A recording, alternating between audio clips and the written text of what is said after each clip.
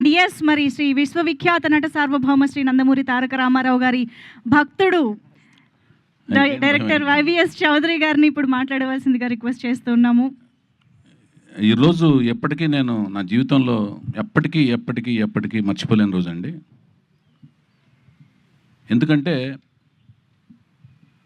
నాకు నందమూరి తారక రామారావు గారి యొక్క ఈ ప్రదేశం అంటే నాకు ఒక పుణ్యక్షేత్రము, ఒక దివ్యమైన స్థలము, ఒక పవిత్రమైన స్థలం కింద, ఒక శక్తినిచ్చే స్థలం కింద నేను ఎప్పుడు భావిస్తూ ఉంటాను. నేనే కాదు, ప్రపంచవ్యాప్తంగా ఉన్న నందమూరి అభిమానులు, రామారావు గారి అభిమానులు ఎవరైతే ఉన్నారో, నా ముందు జనరేషన్ కావచ్చు, నా జనరేషన్ కావచ్చు, నా తర్వాత జనరేషన్ కావచ్చు, వాళ్ళందరికీ కూడా ఇక్కడికి వస్తే ఒక రకమైన వాళ్ళకున్న కష్టాలు చెప్పుకొని, వాళ్ళకున్న బాధలు చెప్పుకొని, వాళ్ళకున్న ఆనందాన్ని ఆయనతో చెప్పుకుని ఒక రకమైన ఒక మెడిటేషన్ లాంటిది అనమాట. అంటే అవన్నీ తీరే ఒక సమస్యలకి సొల్యూషన్ దొరికే ఒక ప్రదేశంలాగా నిజంగా భావిస్తాం మేమందరం, రామారావు గారిని దైవంగా భావించే మాలాంటి అభిమానులందరం. అలాంటి ప్రదేశంలో ఒక ఎన్టీ రామారావు గారు, నేను ఎప్పుడు జోహార్ జోహార్ అనేది నా నోట్లోంచి రాదు. ఆయన మనలో ఉన్నారు, మాతో ఉన్నారు. మరణం లేని జననం, రామకృష్ణ గారు చెప్పినట్లుగా, మేమందరం భావిస్తున్నట్లుగా ఆయన ఎప్పుడు మనతో ఉన్నారు. తెలుగు జాతి ఉన్నంత వరకు ప్రతి వ్యక్తిలోనూ ఉంటారు, చరిత్రలో ఉన్నారు. రాయబోయే చరిత్ర ప్రతి చరిత్రలోని ప్రతి పేజీలోనూ ప్రతి పంక్తిలోనూ ఉంటారు ఆయన. సో మేము ఎప్పుడు అలాంటి ఒక ప్రదేశంలో ఆయన 4వ తరానికి చెందిన, మళ్ళీ ఆయన పేరుతో 3 అక్షరాలతో, ఆ పవర్ఫుల్ 3 అక్షరాలతో ఆయన మనవడు తాతయ్య గారి పేరుని ఎంతో ప్రేమ, అనురాగం, ఆప్యాయతలతో పెట్టుకున్న ఆ పేరుని పెట్టుకోవడం అంటే అది ఈజీ కాదు. ఆ పేరును పెట్టుకున్న వ్యక్తి, పెట్టుకోవడం అంటే మళ్ళీ అది ఫైన్ ఆర్ట్స్లోనే రాణించాలి. చాలామంది పెట్టుకుంటారు పేర్లు, మళ్ళీ ఫైన్ ఆర్ట్స్లో రాణించాలి. ఆయన ఏ ఫైన్ ఆర్ట్స్లో అయితే రాణించారో ఆ ఫైన్ ఆర్ట్స్లో రాణించాలి. పుట్టినప్పుడు పెట్టుకుంటాం, పెరిగి పెద్దయిన తర్వాత ఆ ఫైన్ ఆర్ట్స్ ఆయనలో కనపడాలి. అలా కనపడిన ఆ అబ్బాయి నా కళ్ళల్లో పడతాం.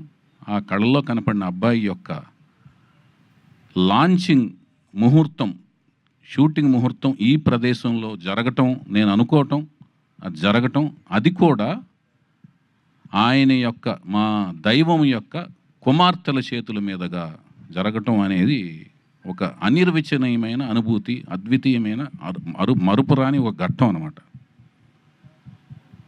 ఆయన ఏమైతే ఆలోచించి వాళ్ళ కుమార్తెలకి ఈశ్వరి ఈశ్వరి ఈశ్వరి అని శక్తి స్వరూపాలుగా పేర్లు పెట్టారో, ఆ శక్తి స్వరూపాలు అంటే నిన్న కాక మొన్న నేను వేసిన ఒక పాంప్లెట్, అంటే వీళ్ళు మా స్పెషల్ ఆస్పిషియస్ గెస్ట్స్, అతిథులు అని నేను ఏదైతే ఒక పాంప్లెట్ వేశానో, ఆస్పిషియస్ గెస్ట్స్ అని వేశానో, అక్కడ అది నేను చూసుకుంటే నాకే ఆశ్చర్యం వేసింది ఆ డిజైన్. అంటే ముగ్గురు అతిథులు, ముగ్గురు కుమార్తెలు. ఆ ముగ్గురు కుమార్తెలు ముగ్గురు ఒక సైంటిస్టులు అనమాట, మహిళా సైంటిస్టులు ముగ్గురు. ఆ మెమోరియల్ ఎలా అనిపించిందంటే నాకు శ్రీహరికోటలో లాంచింగ్ ప్యాడ్ లాగా అనిపించింది. రాకెట్లను లాంచింగ్ చేసి ఒక లాంచింగ్ ప్యాడ్ లాగా అనిపించింది. ఆ లాంచింగ్ ప్యాడ్లోంచి ఒక రాకెట్ని, ఒక మిసైల్ని, ఒక స్టడ్ని స్టార్స్ కేటగిరీలోకి లాంచ్ అయిపోయే ఇందుకు వచ్చి సైంటిస్టులు ముగ్గురు పూనుకుని, ఒక మహిళా సైంటిస్టులు పూనుకుని లాంచ్ అయిపోతున్నారు అన్నట్టుగా నాకు డిజైన్ చేసిన తర్వాత అనిపించింది, డిజైన్ చేయించుకున్న తర్వాత అనిపించింది. ఆ మిసైల్ మరెవరో కాదు, ఆ స్టడ్ మరెవరో కాదు, ఫ్యూచర్లో ఆ స్టార్స్ కేటగిరీలోకి అద్భుతమైన రేంజ్లోకి వెళ్ళబోయే స్టార్ ఎన్టీఆర్, మా ఎన్టీఆర్ అని అనిపించింది. నాకు అది గర్వకారణంగా అనిపించింది. అది భవిష్యత్తులో జరగబోతుందని నాకు అనిపిస్తుంది, ఇన్స్టిట్యూషన్ అనిపిస్తుంది. ఇదంతా ఎందుకు అనిపిస్తుంది అంటే దానికి విశేషమైన కృషి, విశిష్టమైన కృషి, కావాల్సినంత కసి తనలో ఉన్నట్టుగా నాకు అనిపించింది. దానికి ఇదంతా ఎప్పుడు అనిపిస్తుంది అంటే ప్రాజెక్టుకి కావాల్సిన కృషి, పట్టుదలతో కసిగా మేము పనిచేయటం, జయాపజయాలనేది మీరు చూసి రేపొద్దున మాకు ఇచ్చే రిసెప్షన్లోంచి ఆధారపడి ఉంటాయి. సో రామారావు గారి ముగ్గురు కుమార్తెలు, వాళ్ళ మనవడి మనవడి రూపంలో ఉన్న మళ్ళీ ఎన్టీఆర్ పేరుతో ఉన్న అబ్బాయిని, వాళ్ళ నాన్నగారి పేరుతో ఉన్న అబ్బాయిని, మనవడి రూపంలో ఉన్న అబ్బాయిని వాళ్ళ చేతుల మీదుగా వెండితెర ప్రపంచానికి ఆయన యొక్క మెమోరియల్ ప్లేస్లోంచి పరిచయం చేయటం అనే ఒక అపురూపమైన ఘట్టంలో, ఆయన వీరాభిమాని అయిన నేను దర్శకత్వం వహించే ఒక అపురూపమైన ఘట్టంలో నా భార్య సన్నిహితులు, స్నేహితులైన అమెరికా ఫ్రెండ్స్ రమేష్ అత్తిలి గారు నాయకత్వంలోని ఫ్రెండ్స్ అందరూ భాగస్వామ్యం అయ్యి, మళ్ళీ నా భార్య నిర్మాతగా వాళ్ళందరూ కలిసి ప్రొడ్యూస్ చేసే, ఒక మహిళలందరూ కలిసి ఒక చేసే కార్యక్రమంలో భాగస్వామ్యం అవటం అనేది ఒక గొప్ప మరుపురాని ఘట్టం. ఇందులో మన తెలుగు అమ్మాయిని హీరోయిన్గా పరిచయం చేసే ఒక కార్యక్రమం కలిసి రావటం కూడా, ఇదంతా కూడా నాకు ఒక అదృష్టం కింద భావిస్తున్నాను నేను. తను కూడా కూచిపూడి డాన్సరు, మంచి అమ్మాయి.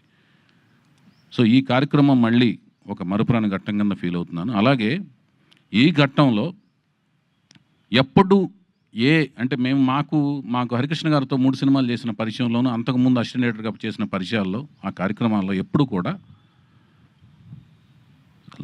మా లక్ష్మి గారిని పూజలు ఆవిడని ఎప్పుడు పూజలు చేస్తూ చూసాం, పూజల గురించి విన్నాం, పూజల గురించి మాట్లాడుతుండగా విన్నాం. పూజలు ఆవిడ వచ్చి పూజ చేస్తుండగా మాకు పూజా కార్యక్రమాలు నిర్వహిస్తుండగా ఈ షూటింగ్ ముహూర్తం అనేది స్టార్ట్ అవడం, పూజా కార్యక్రమాలు నిర్వహిస్తుండగా స్టార్ట్ అవడం అనేది గొప్ప శుభసూచకంగాను, అది అదృష్టం కింద భావించాం. అలాగే మా హరికృష్ణ గారి ఇంకొక రూపం కింద భావించి మేము మా సుహాసిని పాప, ఆవిడికి మా హరికృష్ణ గారు వాళ్ళ అమ్మమ్మ గారి పేరు పెట్టుకున్నారు, వెంకటరామమ్మ అని. మామూలుగా ఇంట్లో సుహాసిని పేరు పిలుచుకోవటం, సుహాసినిగా పేరు మార్చుకున్నారు. సో ఆ వెంకటరామమ్మ తన అమ్మమ్మ గారు, నాయనమ్మ గారి పేరు పెట్టుకున్న ఆవిడ పేరు మీద ఆవిడ నాకు స్క్రిప్ట్ ఇస్తూ ఆయన యొక్క స్లాంగ్లో చౌదరి ఒళ్ళ దగ్గర పెట్టుకుని తీయనట్టుగా మాట్లాడుతూ నా స్క్రిప్ట్ అందించడం దర్శకుడిగా, ఆవిడతో పాటు ఆవిడ కజిన్స్, సిబ్లింగ్స్ అందరూ కలిసి ఇవ్వటం అనేది ఒక రకమైన వాతావరణం అంతా నాకు చక్కగా, అంటే మంచిగా ఒక అనిరుచినైన అనుభూతిని కలిగింది నాకు. దాంతోపాటు మా మోహన్ కృష్ణ గారు అంటే వెరీ స్ట్రిక్ట్ ప్రిన్సిపల్డ్ అనమాట, వెరీ స్ట్రిక్ట్. అంటే మనం ఆయన్ని మాయలో మభ్య పెట్టలేం. మనం మభ్య పెడతాం అనుకుంటే తెలిసేలోపు స్ట్రిక్ట్గా మారిపోతుంటారు. ఆయన్ని అసలు మభ్య పెడతాం కష్టం. అలాంటి ఆయన్ని ఒక షాట్గానే అడిగిస్తే ఆయన దేవుడి దేవుళ్ళు ఒప్పుకోవటం, ముహూర్తం షాట్గా ఆయన డిఓపి కింద మాకు చేసుకోగలగటం. అంటే రామారావు గారిని డిఓపిగా చేసిన ఆయనతో మా ముహూర్తం షాట్ చేసుకుని మళ్ళీ మనవడి యొక్క ముహూర్తం షాట్కు డిఓపిగా ఆయన చేసే ఒక విచిత్రమైన, ఒక అనిర్వచనమైన సంఘటనలో ఆయన లాక్ చేసుకోగలగటం, ఇవన్నీ కూడా అన్ని విచిత్రంగా జరిగినాయి. అలాగే ఎక్కడో ప్రపంచంలో ఒక టూర్లో ఉన్నారు మా రామకృష్ణ గారు. మాకు నందమూరి అభిమానులందరికీ ఒక ఆక్సిజన్ లాంటి ఆయన. ఎందుకంటే ఎప్పుడు వెళ్ళినా కూడా నవ్వుతూ మాడుతుంటారు. ఆయనకి ఏం కష్టాలు ఉన్నాయో, ఏమున్నాయో ఏం తెలియదు, ఎన్ని పనులు ఉన్నాయో బిజీగా. ఏమన్నా ఆక్సిజన్ మీరు మాకు కనపడగానే మాకు కార్బన్ డైఆక్సైడ్ ఎక్కడ ఉందో తెలియదు, కానీ ఆక్సిజన్లా ఫీల్ అవుతాం మిమ్మల్ని. సో మీరు చూడండి ఎంత ఓపికగా ఉన్నారో. అందరి గెస్టులందరినీ పంపించేసి మీరు ఒకటే మాట అన్నారు, నేను ఈ కార్యక్రమానికి నేను హరికృష్ణగానే, నీకు నేను హరికృష్ణలాగా నేను ఉంటా అని కొబ్బరికాయలు కొట్టే వరకు పక్కన నుంచి ఉన్నారు ఆయన. సో మా హరికృష్ణ గారు. అలాగే ఇందాక మా రామ్ చెప్పినట్లుగా ఈ మొత్తం కార్యక్రమాన్ని పైనుంచి దివి నుంచి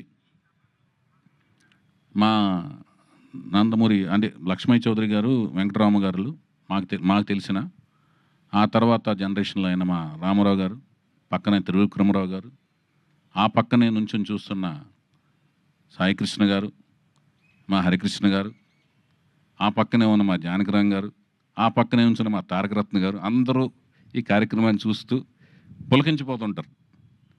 వైవిఎస్ చౌదరి మన కుటుంబ అభిమాని, సరదాగా మంచిగా కష్టపడి సినిమా తీస్తున్నాడు మనోడితో, నందమూరి తారక రామారావుతో అని. అలాగే ఈ మన సినిమా అనుకున్న కాడి నుంచి అందరి ఆశీస్సులు ఉన్నాయి, అందరు కుటుంబంలోని అందరి ఆశీస్సులు, రకరకాల అందరూ కుటుంబంలోని తను చెప్పినప్పుడు తన తాతయ్య వరుస అయ్యేవాళ్ళు అందరూ యంగే, కానీ తాతయ్య వరుస అవుతారు. ఎందుకంటే అతను 4th జనరేషన్లో ఫస్ట్ పెద్ద కిడ్డు, జానకిరామ్ గారు 3rd జనరేషన్లో పెద్ద కిడ్డు, ఇతను 4th జనరేషన్లో పెద్ద కిడ్డు. సో అందరూ పాపం ఇతను యంగ్, తొందరగా యంగ్, వాళ్ళు తొందరగా ఓల్డ్ లాగా కనపడతారు, కానీ అందరూ యంగే. తాతయ్య వరుస వాళ్ళందరూ సపోర్ట్ ఉంది. అందుకనే ఈరోజు చూసుంటారు ఎంతమంది అన్ని జనరేషన్స్ వాళ్ళందరూ వచ్చారు, ఫ్యామిలీ కుటుంబీకులు అందరూ వచ్చారు. అలాగే బాబాయ్ జనరేషన్స్ అందరూ కూడా సపోర్టు ఇచ్చారు. వాళ్ళు ఎలా ఉండాలి, మోరల్స్ ఎలా ఉండాలి, సినిమా ఫీల్డ్ ఎలా ఉండాలి, వాళ్ళ ఎక్స్పీరియన్స్లు చెప్పి ఇతను ఎలా మెలగాలో చెప్పారు. తాతయ్య వరుస వాళ్ళు వాళ్ళ ఎక్స్పీరియన్స్లు చెప్పి ఎలా మెలగాలో చెప్పారు. వాళ్ళందరూ కూడా బిజీ షెడ్యూల్స్లో ఉన్నారు. ఒక్కో కార్యక్రమంలో వాళ్ళు ఎలాగూ బ్లెస్ చేస్తారు తన కెరీర్లో, అవన్నీ కూడా ఉన్నాయి. తనకి అందరూ అండగా ఉంటారు. తన మంచి భవిష్యత్తు ఉండాలి, అభిమానులు అండదండలు ఉన్నాయి. తను మంచిగా ముందుకు ఎదగాలని నేను మనస్ఫూర్తి కోరుకుంటున్నాను. నందమూరి వంశ వీరాభిమాని కింద, కుటుంబం వీరాభిమాని కింద. సో ఇవన్నీ పక్కన పెడితే మేము సినిమా ఏం తీయబోతున్నాం, ఒక తెలుగు సాహిత్యం, తెలుగు సంప్రదాయం, హైందవ సంప్రదాయం, హైందవ సంస్కృతి మీద కీరవాణి గారి కాంబినేషన్లో, చంద్రబోస్ గారి సాహిత్యంతో, బుర్రా సాయిమాధ గారి యొక్క పదునైన మాటలతో, చక్కటి నేటివిటీ మాటలతో నేను నా సాయశక్తుల ప్రతి సినిమా వచ్చినట్టు అప్డేట్ అవుతూ మంచి కథ తయారు చేసి నా సాయశక్తుల కష్టపడి మంచి కథను తయారు చేశాను. ఆ కథ మీకు నచ్చుతుందని ఆశిస్తున్నాను. వీళ్ళందరితో కూడా మంచిగా కోచింగ్ ఇచ్చాను. తర్వాత మీరు చూసి దానికి నాకు రిజల్ట్ ఇస్తే దాన్ని బట్టి మేము ముందుకు వెళ్తాం. మంచిగా కష్టపడతాం. మేము చేయగలిగింది ఏంటంటే కష్టపడి పనిచేయటం. అది మేము సాయశక్తులా కష్టపడుతున్నాం. మేము కష్టపడుతున్నాం, వాళ్ళు కష్టపడుతున్నారు. కష్టపడి పనిచేస్తున్నామని ప్రామిస్ చేయగలుగుతున్నాం. మీరు రండి, మా కష్టాన్ని చూడండి, ఆశీర్వదించండి మనస్ఫూర్తిగా కోరుకుంటున్నాం. అట్లాగే షెడ్యూల్స్ దీని తదనంతరం మేము నెక్స్ట్ ప్రకటనలో continuous of schedules, songs recordings, అన్ని వివరాలన్నీ కూడా నెక్స్ట్ మా పిఆర్ఓలు, మా వంశశేఖర్ల ద్వారా మీకు తదుపరి వివరాలన్నీ తెలియజేస్తాం. మరొక ముఖ్యమైన విషయం ఏంటంటే ఇంకా లేవు.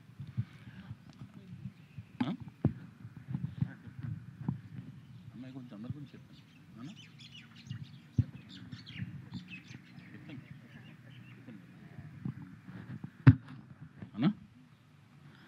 అది అందరూ రావటం అనేది ఇంకా అంత.